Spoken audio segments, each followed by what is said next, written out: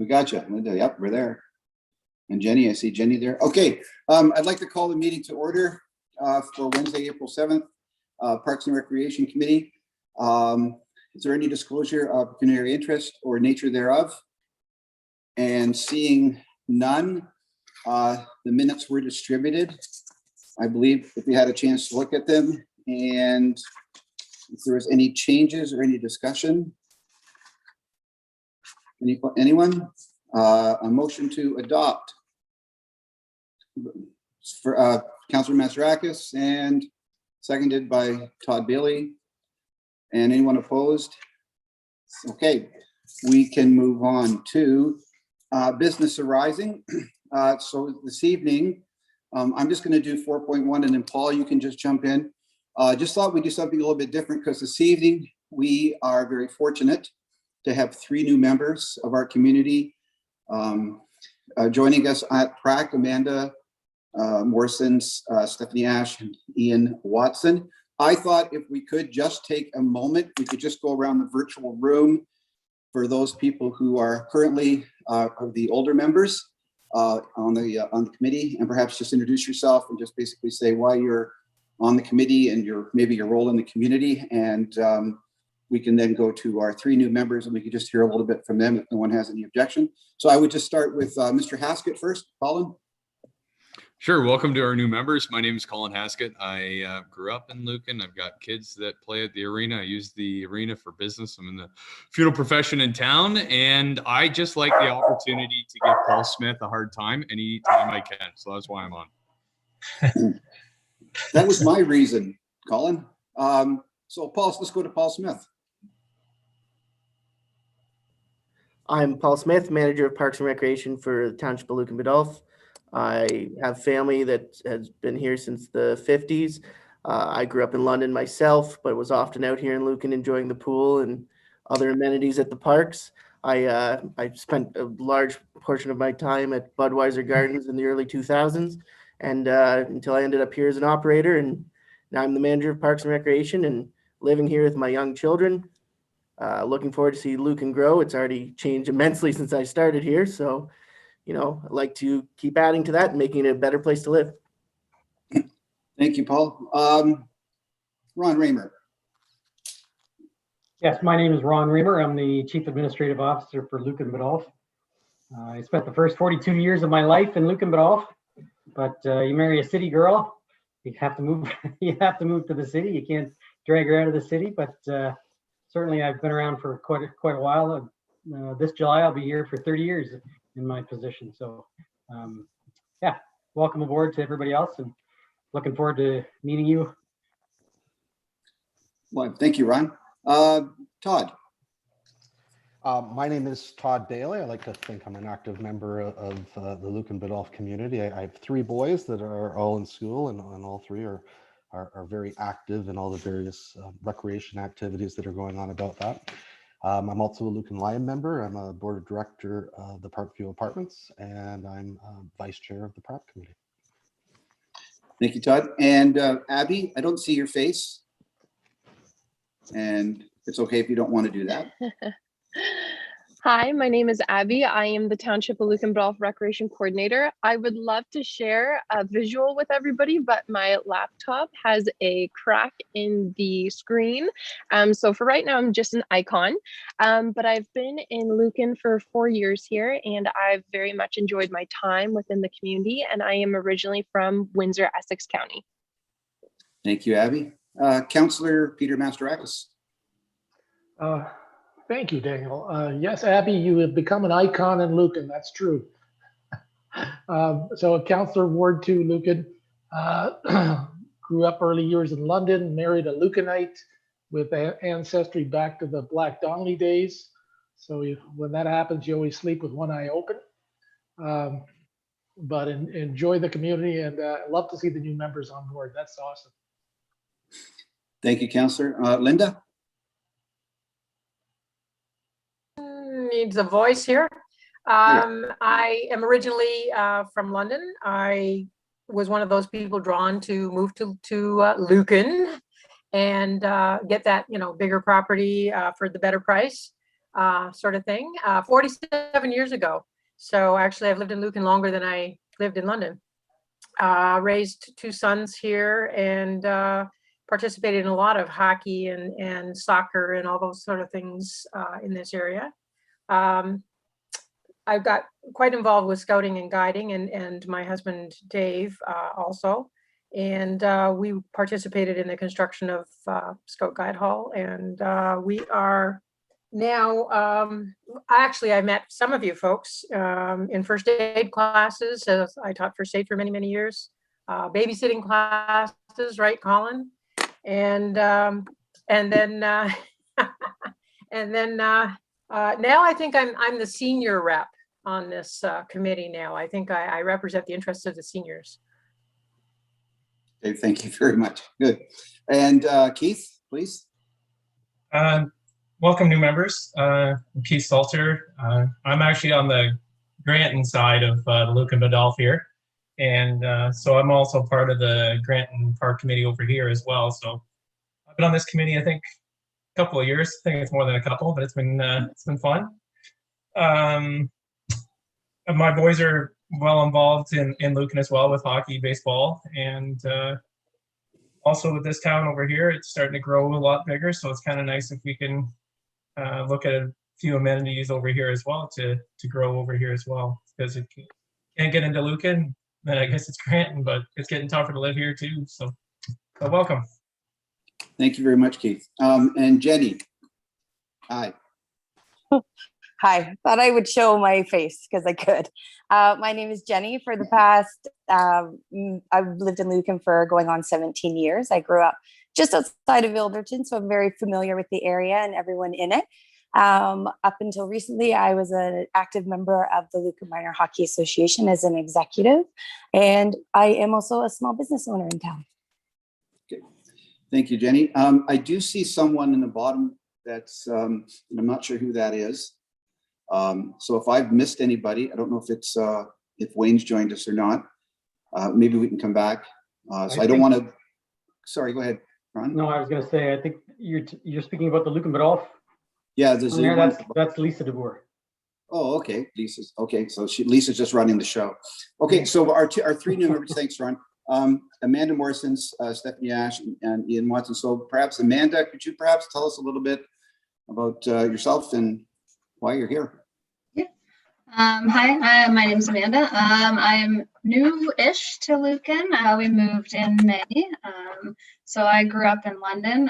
I married more of a country kid, and he actually pulled me this way. So I'm happy to be out in Lucan. I honestly recall driving here probably every weekend, every other weekend for my brother's hockey that he'd come play here.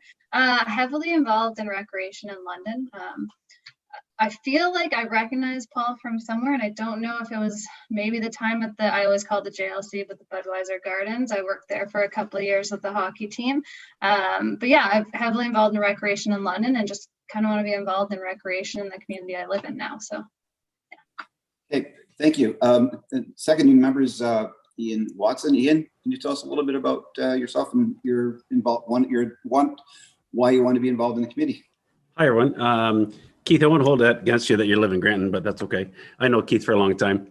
And been in Lucan now for 9 years, originally from North Mid. Don't hold that against me. Been actively involved with coaching in soccer and hockey here, and my kids are involved in the swim team, plus soccer and hockey. The executive for hockey for the last 4 or 5 years. And then coaching also with the Lucan Hoops in Lucan as well. I'm a high school teacher in North Middlesex the high school, and I've been in there for teaching for 26 years. So I'm the athletic director and the physical education head. But I've run numerous WASA championships at the school, and then looking to run hopefully next year if it goes. The OSTA championship for basketball at Fanshawe. I'm a line member, been there for I think 5 years, but Colin may change that if I can't remember the years. They go past pretty quickly. Hey, Colin. But I like to be involved. I like to be involved with my kids, but also involved with the community and just with the kids in general. just to make sure that everyone's involved and everyone has a voice. That's what I want to be part of this community, or part of this committee, I should say. So anyhow, any questions? The other one thing I do want to say that if and Keith and Colin and Todd know this for sure, because they've been I've been working with them for a number of years, is I have this look in my face, but if I have that look, I'm not Todd's laughing, but I'm not mad. That's my part of my look, and I'm a happy guy, but I have this kind of look. So anyhow, I'll leave it to that. But thanks for the welcome. I know the look. I've been a teacher for 40 years, so I know exactly what the look is. Our next new member is Stephanie Ash. And Stephanie, maybe a little bit about yourself and why you're on our committee. Hi, sorry. Hi, thanks so much. I moved to Lucan in September 2019. So as you can imagine, I am very, very excited to get involved in the community because I kind of moved at the time where everything shut down. I come from Hamilton. I have a Middlesex one, but I'll switch it. I don't know if anyone can see in the background. I thought, oh shoot, I should switch it. Before I grew up in the synchronized swimming world, which is kind of an odd thing, not too common, but I was also a lifeguard and a camp counselor for years and years. I work in the corporate world, so I am working from home. So I'm just really excited to kind of get back to my roots with recreation. All right, thank you. I didn't miss anybody, right? All right. My name's Daniel Regan. I'm a counselor, Ward 1, chair of the Parks and Rec Committee. We moved to Lucan probably 8 or 9 years ago. We fell in love with the community. I just want to be a part of it. I know anybody that knows me is going to laugh, but I'm probably going to retire in June. And I see people laughing, and it's just fine. We know it's not going to happen. Anyway, thank you very much for taking that 15 minutes to introduce yourselves and welcoming our new members. And just very quickly before we move on, one of the things that council had talked about, and it's near and dear to our hearts, is getting the community more involved and members of the community more involved. As we grow, we become more diverse.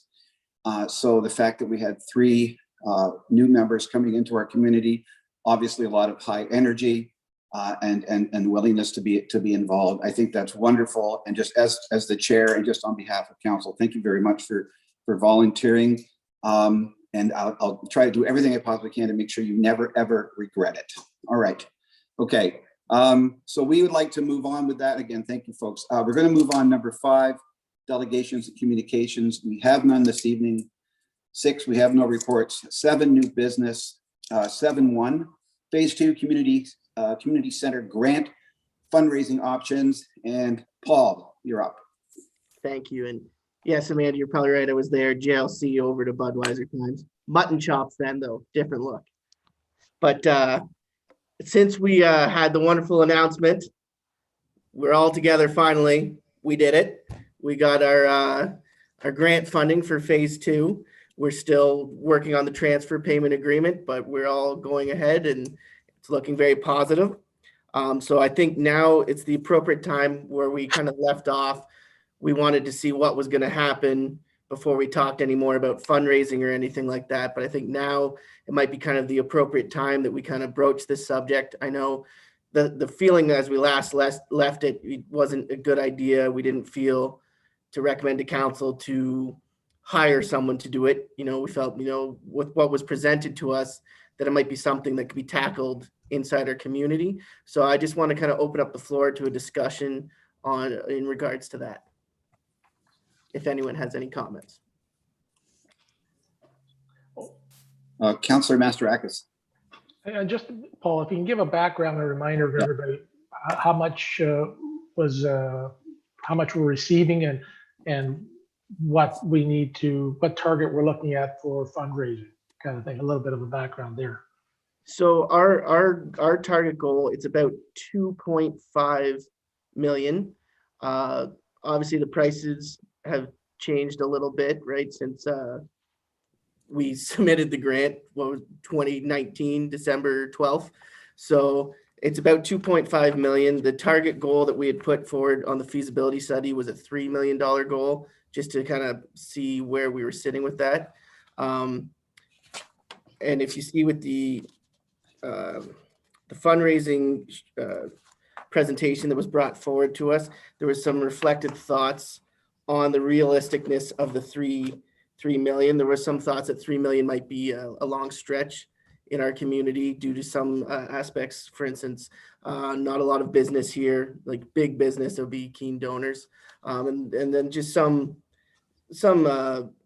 comments that from the surveys about the project and how they had felt it had gone so far. So I think going forward with the fundraising, those are things that we need to address if we're going to really move forward on this, especially the community communication and making people aware.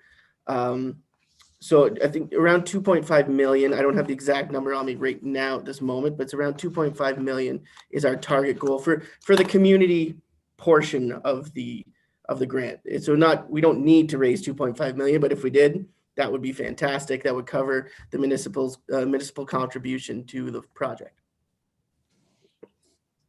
All right, thank you, Paul. No, that was a good point, Peter. Yep. Comments and questions from the floor. Colin. Yeah, I was just going to ask Ron how much money the town has set aside, for this project.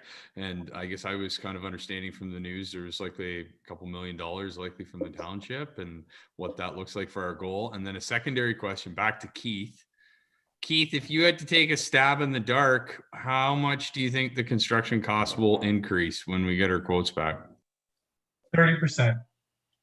Easily 30%. Really? Now that's on wood, right? Now concrete hasn't gone up too much, but a lot of the industry's gone up a good portion. Like it's unreal. Like to go and just build right now is crazy. Like I'm surprised we're still building. Why are we still building? Like to be honest with you, like, to build a little shed, 10 by 10 shed, you're looking at $10 a 2x4 and 8 feet. Yeah. Crazy. So when you say this 2.5 and then calculate from the 2019, yikes. Ron, thanks. Keith, thank you, Keith. Yeah, if I may, Mr. Chair, the latest estimate we gave an updated estimate to the ministry back in August of 2020, and it had increased the cost to just a touch over 8 million. And Paul, what was the original application when we sent it in 2019? I think it was 7. I believe it was 7.8. Okay, so it had gone up. How much it's gone up since then is the question. Again, there's some wood in there. Don't get me wrong, but it's not. There's a lot of equipment and concrete block and things like that. So it's we're not really going to know an actual answer until we get the tender out. The tender, Spread Engineering is going to be doing the final engineering and getting the tender packages ready to go. Those tender packages, I believe, are scheduled to go out the first part of August, so that we can open the tenders probably in mid-September and get going with construction by the end of September. So we'll know the price. We're going to hold our breath because, again, we won't know exactly until we get there. The other issue is we never like tendering this point in the year. Like you're most of the way through the year. A lot of contractors like to sort of get their book of business for the year early on in the year and know that they're going to be busy for the entire year. So it's difficult to know how that's going to play into the final price. So it's a bit of a crapshoot, but when the federal government, provincial government's going to give you 5.5 million, you certainly have to jump on it and go with it because it's not going to get cheaper next year. So, all right, thank you, Ron. Ian, yes, sir. Yeah, I know I'm new at this, but I've dealt with tenders and stuff through my profession, and I know it's a big project. But is there any regard of questioning some of our local businesses, as in like McCann Ready Mix, Rosenberg, Home Hardware, and Lucan, and saying to them, can you give us your cost price and we provide, I know that it's probably legal issues, provide them signage or provide them things like that so we can keep the price down. Is that an issue of not because the tender situation, Ron? Yeah, so through you, Mr. Chair, to answer that question, Ian, the short answer is yes. We have to go through a tendering process for everything. The one issue we're having now with the transfer payment agreement is because this is phase 2, we've already got the engineer in place. He's done, they've done most of the engineering. It's just the final stages of the engineering that we need to be able to justify. So I've sent an email back to Infrastructure Ontario for an answer as to how do we stick handle this.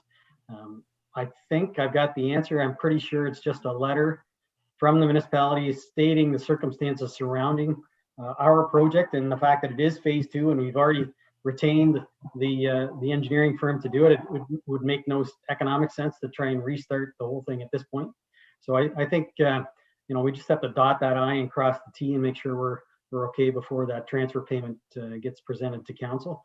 But beyond that, the problem is we can't. It's a bit of a scheduling issue too, Ian. So it's always nice to use local people. So number one, you've got the tendering. They still have to tender. Everything gets tendered. So they have every opportunity to bid as a subcontractor for the supply of structural steel, for example. So I'm sure Rostenberg, those guys are very hungry when it comes to bidding on local things because transportation, they're there in 10 minutes. It's not an hour or 2 hour drive to drop material off and things like that. And they would like their name associated with the project, right? So I think a lot of electrical contractors, suppliers, that kind of thing, local people would be very hungry to get their name attached to the project. So we haven't found that to be a big issue. If I could just, Colin, I don't think, did you get an answer to how much money we have saved? No, Ron? Okay, I should have checked with the treasurer today, but we've been, council's been very diligent over the last number of years, putting about $400,000 a year away. Now, that entire amount of 400 isn't just for the arena project. It does pay for the Infrastructure Ontario loan for the new municipal office. I think in 2021 is our last payment on the Public Works building. And then I think there might be one other one that I can't quite recall, but there's probably $1.2 million to $1.5 million in the bank that we could use. So at the next meeting, I've got the treasurer working on an updated spreadsheet. So we'll bring that spreadsheet forward and show it to everybody so that you can see what's happening and how much room we have to maneuver. We're in a very good position, don't get me wrong, with 2/3 funding from the federal and the provincial government. We're in good shape. Of course, I say that without knowing the final price, Keith, to your point. But this is a big project. The engineer feels that there's still companies out there that are competitive in their bidding. Yes, lumber has gone up, but the rest hasn't gone up as much. So again, it's cross our fingers and see what we get. Colin, yes. Yeah, just to follow up, and correct me if I'm wrong, but would it be safe to assume that without a dollar being fundraised, Lucan Biddulph can afford to move forward and have this project completed? So when we're, trying to identify a goal, it's not going to be a make or break when it comes to the project. The project's going ahead. Correct. Regardless, but I don't want to take the emphasis off the fundraising portion. We would still like to fundraise it because obviously that will help the taxes and everything else, right? And that's our whole goal, is to try and keep the tax rate under control. And it would be absolutely wonderful if we had enough money so that we didn't even have to get a loan. It promotes attachment as well. Sorry, Ryan. I think it promotes attachment to the project as well from the community. Sorry, I didn't mean to interject. Sorry, thank you, Ron. Thank you, Colin. Any other comments, questions? And so moving forward, Paul, moving forward just from this group, are we looking to, establish a total, an amount that we're looking at, or just next steps? Or I didn't know if there was any other information you wanted to share about that at this time. I thought it important to start the conversation because, part of the goal of PRAC is to have an open and honest informal conversation about these things. So to start that conversation so we can establish kind of something to present to council for council's opinion and direction on. Great. Okay, all right. Todd, please. Sure. And then- Before we move on from the topic, for sure, one of my big takeaways over the past, how many years has it been now? A few, where we've been talking about this capital project. We've been looking at the fundraising aspect of it, and we've invested some money into a consultant to provide us with guidance and suggestions on how we can, as a community, move forward and what is a reasonable amount to go after. So I guess my question that I would want council to consider is, what is the first step in establishing that fundraising campaign, and who are the members that are going to be doing it? Are we going to be looking at outsourced agencies to be coming in and initiating that? With that announcement that we've just had from the Premier, and as well as the federal minister, that created a great deal of momentum, and it would be sad to see that momentum lost and not being prepared to move forward. Thank you, Keith.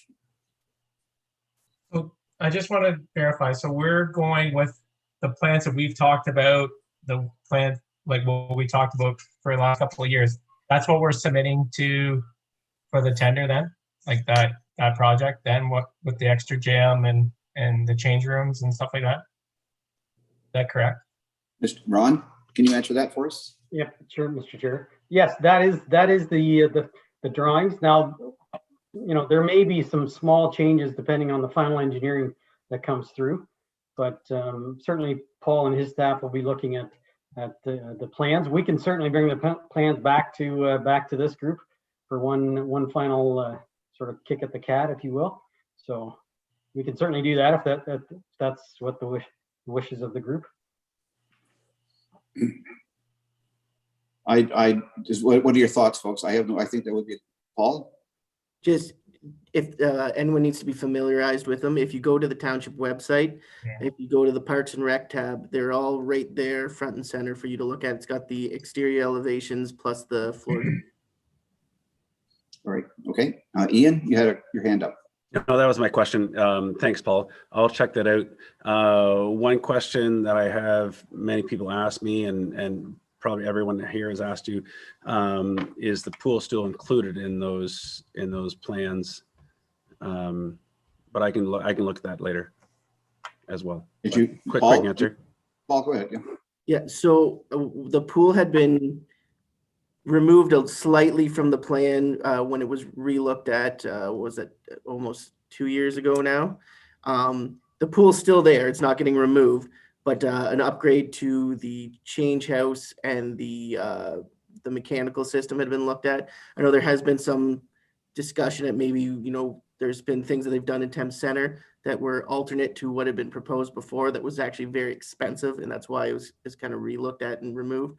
So that might be something that might get revisited later on, is the actual pool surface itself and adding in some accessible features.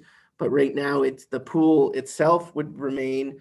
The area around it would change. The accessible locker rooms would then become the new change rooms out to the pool surface. Good. I don't want to move away from this item. I just wanted to maybe offer a suggestion, is that for the next meeting, so if two things could happen maybe at the next meeting, unless we want to go forward now, but people coming back with ideas about fundraising options, perhaps people that are going to be in that committee, maybe suggestions that we can get from people. And secondly, people have an opportunity to look at the plans, and maybe we can have a discussion on that. Is that something we can do, or we should be doing? I'm just offering it as a suggestion, and it's not direction. So I just thought, what are your thoughts on that? Again, we can continue with this discussion. I'm okay with. Yes, Colin. One comment I was just going to make, when you look at the plans, you'll notice that there's definitely a shift where the main entrance as well as access to the building is all moving around the corner back by the swimming pool. One thing that I just make mention to this committee, I've been fairly vocal with council over the last couple of months. There's some development that's going in along the soccer fields. And one thing that I've really encouraged them to do is to keep the road allowance, which is community community drive out to Queen Street, out to the water tower, to keep that road allowance available for future development. Ian, when I go to Park Hill and they have that secondary access off of the road, I just think that works really nicely. I'm concerned that there will be a bottleneck when everyone's trying to get out of the south side of the community center. So one thing I would just make everyone aware in the committee, I've been pretty vocal being a property owner next door, and I just think that would be good planning to not eliminate that as a potential down the road, if not now, to have that road opened. Great. Thank you, Colin.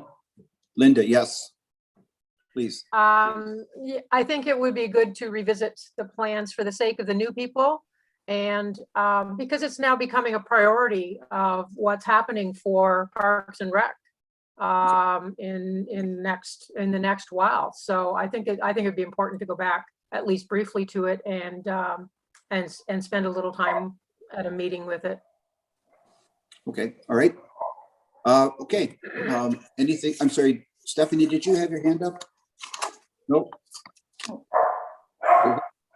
Okay, or any other comments? If we want to go any calls, any other information?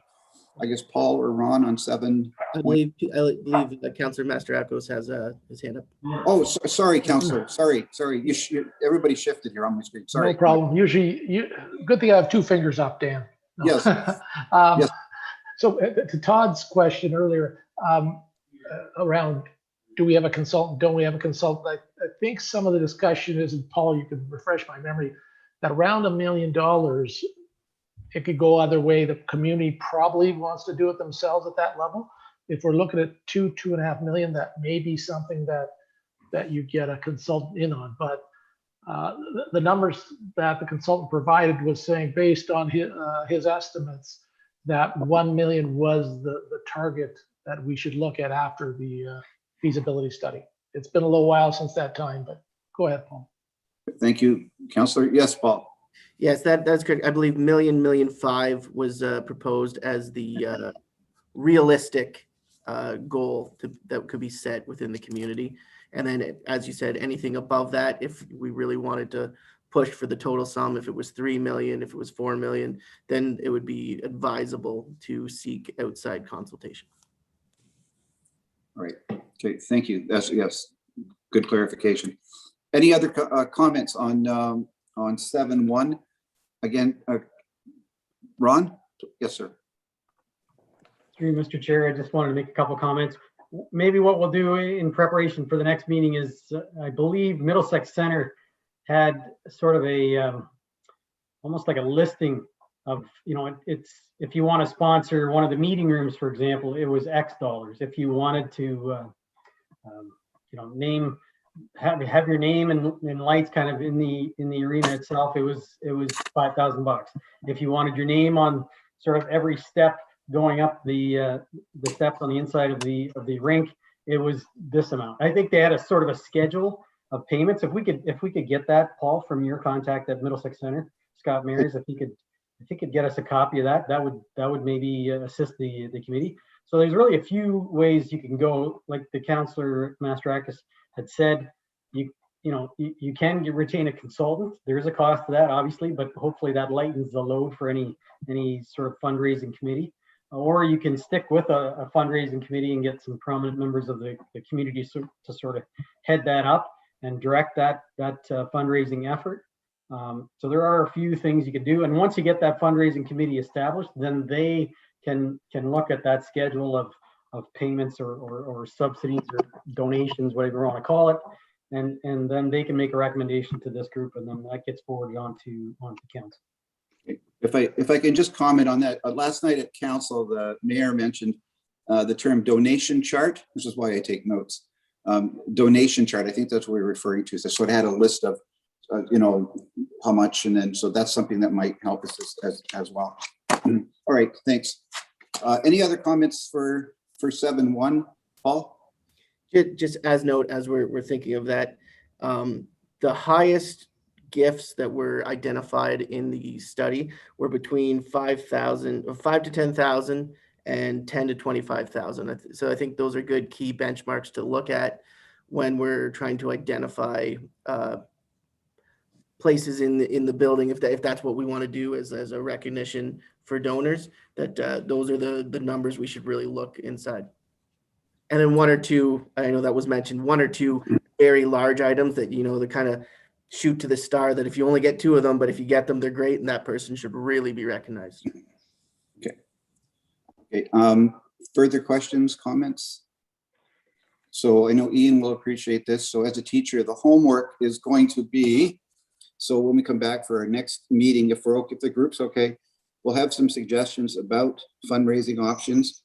Perhaps, again, I'm just only making suggestions, perhaps people that may be on those committees or people who may lead those committees, people you can think of in our community that might be good representatives. I'm going to throw that out as well. So I'm wondering if that would be acceptable to the group for the next meeting. Having said that, and sticking my foot in my mouth, I'm not sure what the timelines are like for this. Is that an acceptable timeline for if we do this, say, meet again next month? How soon do we have to get moving on this? I don't know if that question has been answered.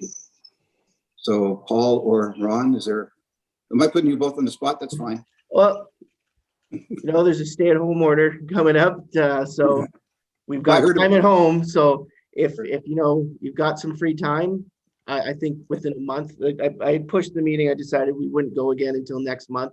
You know, I figured there'd be a lot of things to think about after this meeting, that might be an appropriate amount of time. Would Councillor Mastarakis? Yes, thank you, Daniel. So, Paul, there's already a list, isn't there, of that the campaign coach has brought forward of potential leaders of the campaign. I believe he had done some work that way. Potential names. Is that are those names going to be confidential, or do you know the process on what happens there for that listing? Or does that go to the committee later? We will have to look into that a little bit because it was listed as a confidential list. So we will have to look into that before I come back with an answer. Okay. Thank you, Council. Thank you, Paul. Yes, Todd? Sorry, Mr. Chair, one of the things I've been listening to, and everybody has the best of intentions, is you know, creating donation amounts and starting to name halls and stairs and all these great ideas. But I would encourage us as a group to kind of not put the cart ahead of the carrot. That maybe look at who the people are that are going to be leading this before we kind of have any of those types of discussions, so that when we do have those types of discussions, those people that will be leading the campaign will be a part of that, and they'll be, you know, having ownership of that and their say in that as well. Okay, good point. That would be a priority then. Yes. Okay. Thank you, Todd. All right. Are there any further comments for 7.1? We're all right? Okay. All right. So we'll move on if we would. Paul, we're good. 7.2 Hydro One grant. So we did not successfully receive the Hydro One grant for exercise equipment throughout the community. However, you know, first steps of applying for that grant was to find out the cost of that equipment, and it's relatively pretty affordable.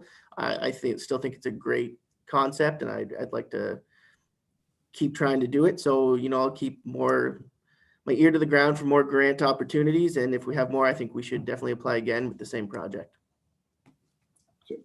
So, I just had a question, if I could first. When's the next opportunity for grants for the equipment?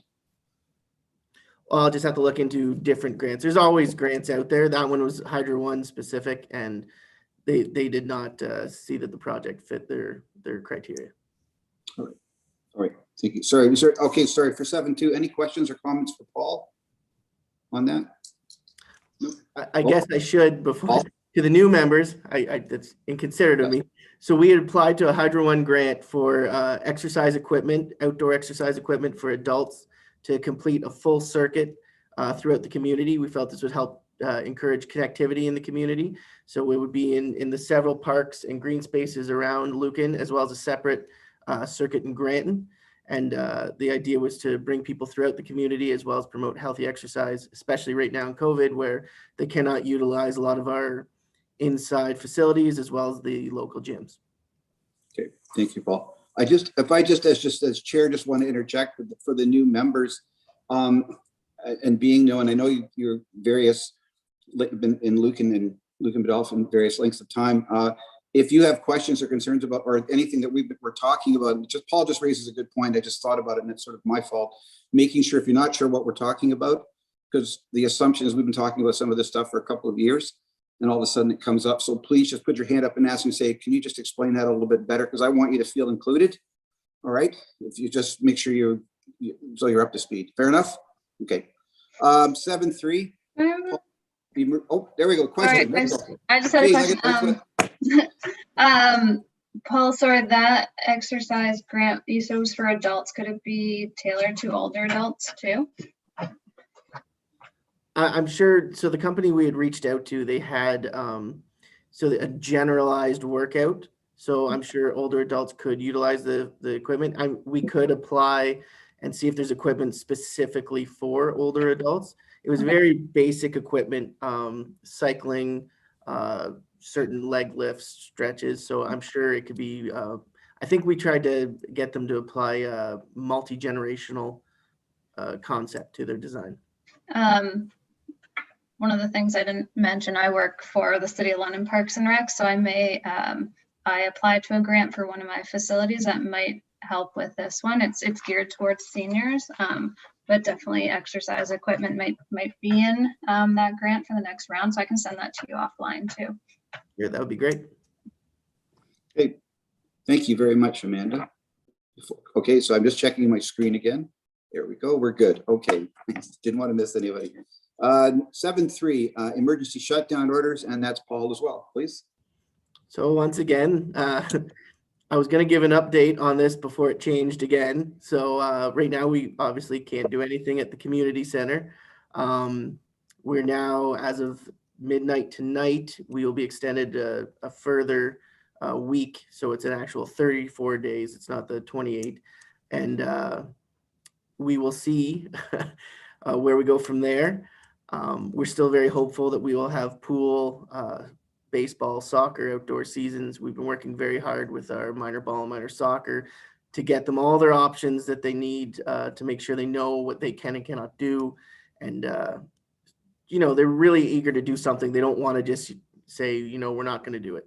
So I've been working very hard with the health unit to make sure we have all our questions answered, to make sure we're doing things right, but we still have some sort of opportunity for the children. And I think baseball and kind of said, we don't want to miss out on another season. There's going to be something no matter how it is, I know I can't put words in their mouth, things could change, but their goal and their intention is to definitely do something. So we're very hopeful in that, and we'll hopefully be open in 34 days. Thank you, Paul. Any questions, comments? Keith, yes, sir. Just to help you out there, Paul. So again, I'm on the Lucan Ellicton Baseball Association. So our goal was June 1st to start. And now that if this 28 days goes into May, it's probably going to push back. And this is a lot of Baseball Ontario. So it's not just Lucan Ellicton Association. So we're trying to do something for the kids. We're still trying to get to hopefully something. And we're willing to extend the ball season as well. Just because we can't go anywhere. There's not going to be tournaments. Tournaments are out, so it's just playing some fun games. I was also with the London Baseball Association last night meeting. Same thing. They're all trying to get us into a loop, but we're looking probably now later than June. I'll just give you an update on that part. Thank you, Keith. Paul? If I may, Keith, just on top of that, just so you can bring back to your association as well. And I believe I've mentioned this to Mike Thompson as well, that last year we had a few groups that it ended up, they just used our PIB insurance, and they were able to just have like little one-off within the rules. So they just had the kids out playing. But so I know a lot of the decisions last year were based around insurance for a lot of the organizations. So we do have the program insurance broker that we offer through the township. So if your organization wasn't able to support you going forward with the season because they didn't feel the risk was there, they didn't want to take the risk, you could have small groups within the rules, and I'd be glad to help you organize something or make sure you know how to lay it out. and we could offer the program insurance. So that way it's still insured. So everyone's protected who's participating, but they're able to do something if the organization isn't going to go forward. Perfect. Thanks, Paul. Thank you, Paul. Todd, please. Mr. Chairman, in regards to the shutdown, I know that the last meeting we had, there was talk about Access Hockey Group taking a sizable amount of the ice time, and the decision was made then to bring ice back to the arena and hold it there for the summer. So because the rental, it made financial sense to do that. So with the lockdown, I'm wondering what the plans are now in regards to the ice and the Access Hockey Group. If I may. So because of that, we do have COVID relief money, and what we've done is the cancellations of the rentals right now we've put against COVID relief money since we've taken the investment to put the ice in. Now their Access Hockey School has already pre-booked extra hours to make up for some of the time they're losing, as well as the community was really excited that we were able to do public skates again. We were able to increase our numbers to 25. We really want to be able to bring that back. And since we've invested in putting the ice in and we have the COVID relief money, we're going to leave the ice in for right now. I'm not keen to take it out. You know, we have ample people trying to get in and use our facility. And if it's a safe environment. I mean, every time we have these lockdowns, one of the disappointing things to me is that you go out in our community and there's hundreds of kids going around in an unsafe, unregulated environment participating in sports because they want to play, and I don't blame them. And we can provide them a safe environment for that. So I think if we can, the desire's there, and I'm really anxious to get the kids in our community back in our rink. Thank you, Paul. Any further questions or comments for Paul on 7.3? Seeing none. Okay, thank you, Paul. 7.4, play it forward. Paul, once again.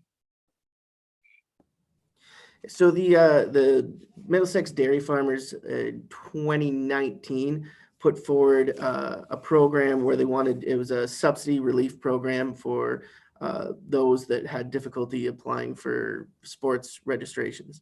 Unfortunately, they had missed the 2019-2020 season for hockey, so we didn't hit a lot of the sports registration for those that met the criteria to apply. And then again, we were hoping we were going to get another hockey season, but 2020 happened. So then they had decided to switch the goal of the program, and they purchased equipment for those less fortunate, I shouldn't say less fortunate, but those that needed assistance. And it wasn't well subscribed to in our community. We have a lot of leftover equipment, and they have said it's ours to do with what as we see fit. So I know a lot of you are in charitable organizations, and I'm wondering if any of you have any ideas how we can get this equipment out to people who could use it. It's a lot of hockey sticks, basketballs, soccer balls, and there's hockey balls that go with the hockey stick, the road hockey sticks. They're not the fanciest of things, but that way we were able to get more equipment. We were hoping more people would subscribe to it. So I just like to put it out to the community for discussion. If anyone has a good idea how we can get this distributed instead of just sitting in the arena in a closet. I know one idea I had was the Optimus store, but being with COVID, they haven't really had traffic through there. So if that's an idea, I would also entertain that again. Okay. Questions, comments for Paul? And people can get back to you if they come up with suggestions, I would imagine. Absolutely. All right. Okay. I don't see any hands. We're good. Okay. We move forward. Abby, 7.5. Perfect. Thank you, Chair. So last time we talked, we had our applications out for summer day camp and the pool positions as well. I'll start with the good news is that we have hired our camp team. I'm really excited about the individuals that I've hired. We had a lot of new recruits, a few return, and everyone seems very positive and optimistic about the summertime. So I'm going forward with registrations and planning for that. The not so good news is that we are in desperate need of lifeguards. This is the lowest application year for lifeguards in Lucan Dolph in a long time. A lot of our regular returnees have moved on, which is amazing. That's exactly what we aim to do with our employees at such a young age.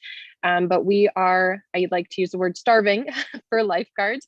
So I just want to put it out to Prac, if you or someone you know, or if one of your kids or your kids' friends or your whatever it may be is going through the process of obtaining their national lifeguard or has their national lifeguard certificates as well as instructors, please address their attention to the application on our website. We have posted it again and extended until the end of April in hopes that we do obtain some more lifeguards.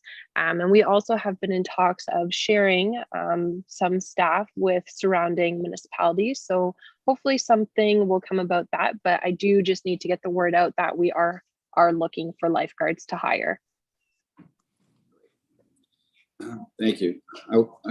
I could do it 45 years ago, but I can't do it now. So anyway. Yeah. I was certified, but that's, I think it's expired. Any questions or comments for Abby? 7.5. Amanda, yes. Hi, Abby. Do you think there are the individuals in the community that, I don't know much about aquatics, to be honest.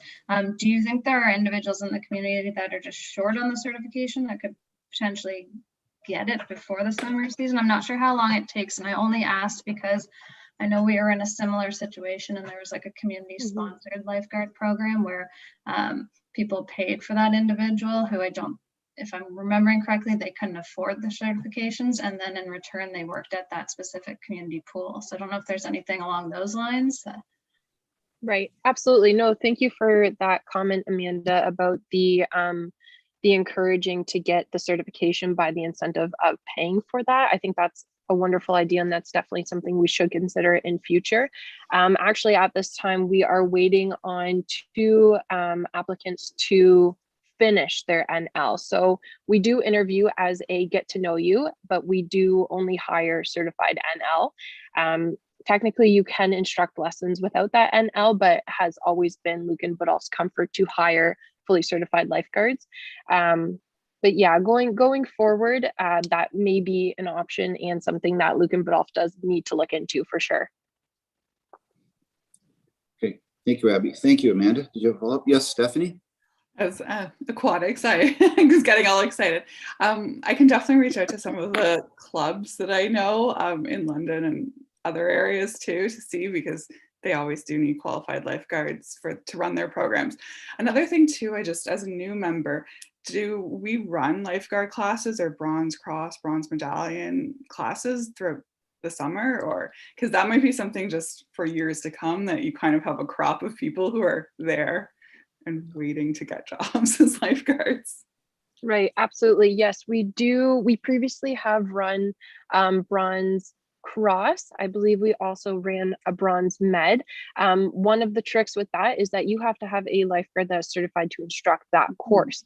I just need lifeguards that are able to instruct preschool classes right now.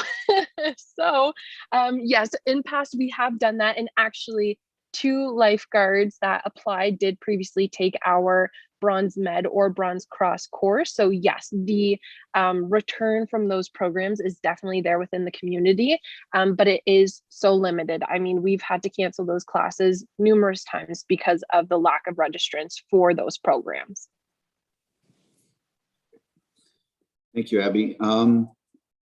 Ron first, please, and then Paul.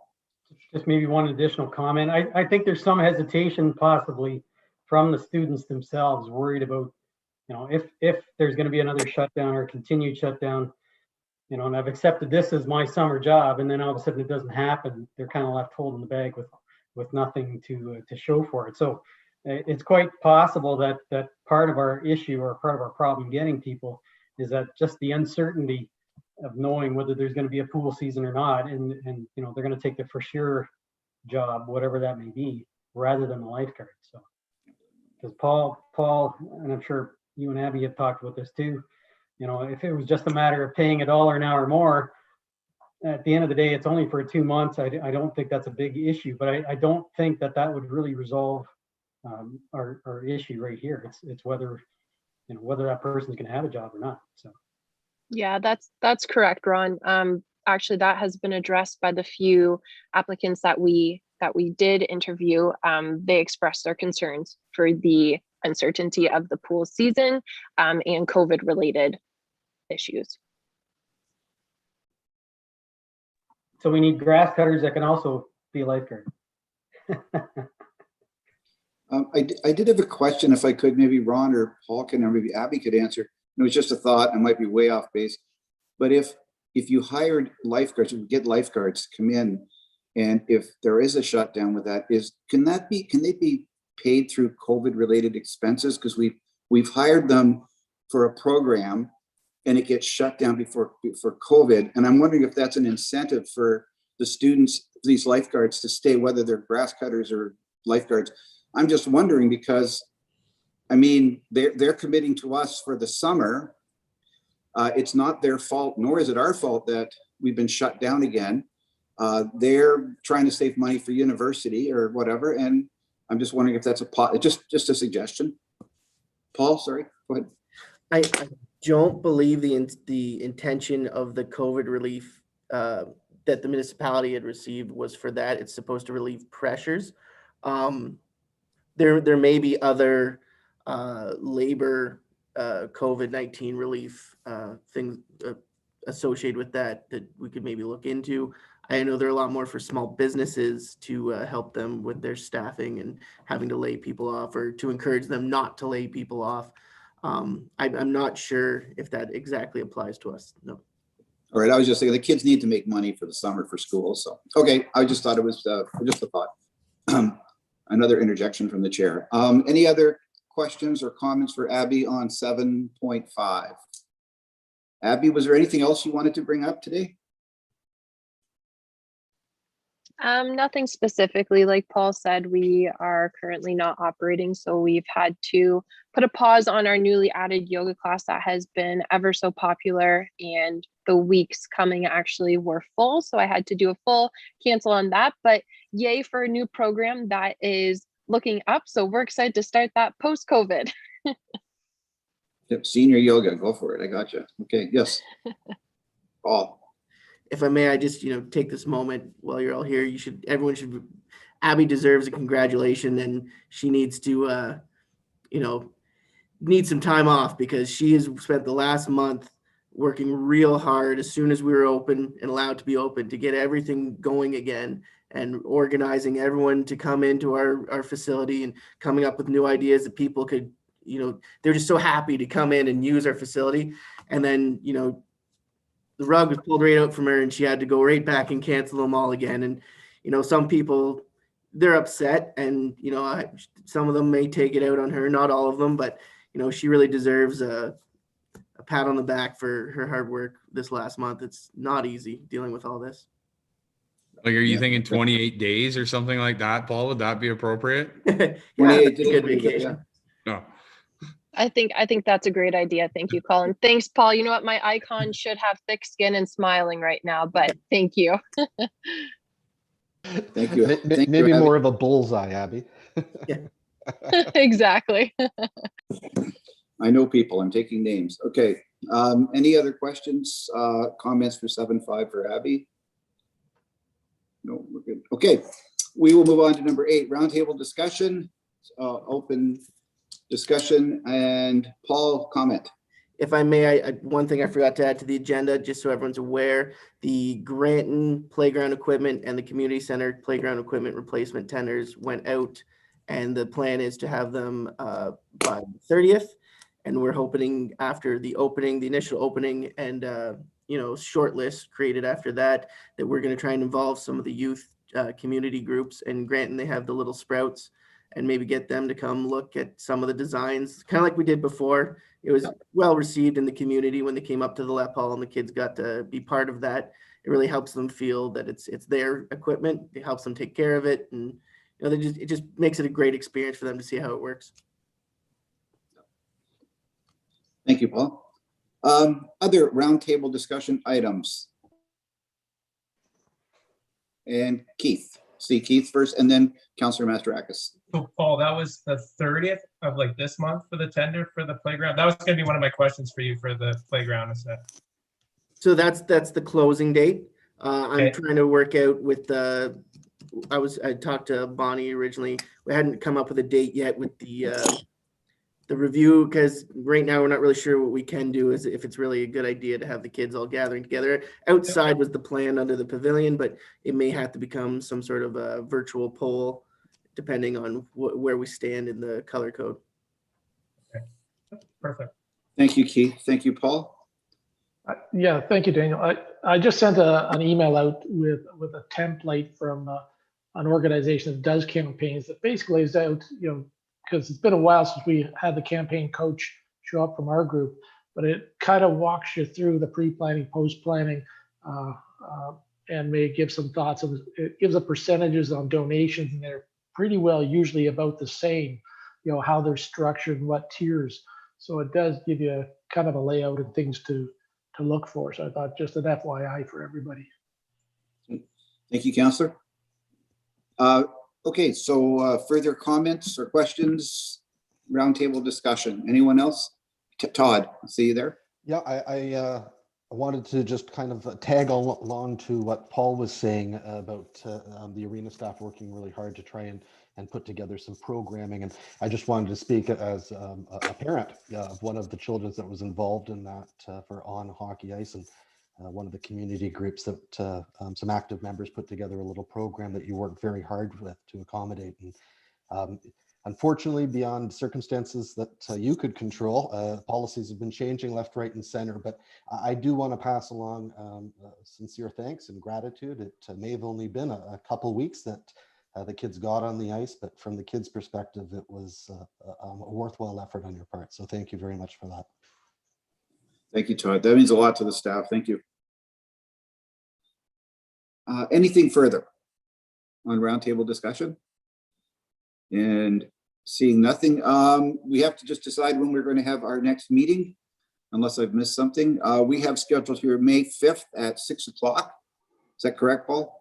Yep. That's the proposed date. If everyone else feels that's too soon or too far away, we can have that discussion. I know it's been good having the poll come out where we say, have a few options. That's always been nice because we all have very different schedules. I know for us, we try and work with everyone because you're at home at dinner time, but some of us are not. So just let us know. Okay, so you'll send something out for people so right now is May 5th look okay for people? Is issues? I'm seeing noddings of heads. So we'll send something out like we did the last time, and 6 o'clock would be okay for everyone. Okay, very good. Then again, I just want to do very quickly, just before we adjourn, thank you very much to all of the members for being here tonight. I appreciate you guys. I appreciate being the chair. Thank you to the new members of our committee from our community. Again, I will do everything in my power to make sure you never regret it. I'm just looking for a motion to adjourn. And I just need somebody to make the motion. Todd, second by Colin. All opposed? Linda's opposed? No, Linda's not opposed. Meeting is adjourned.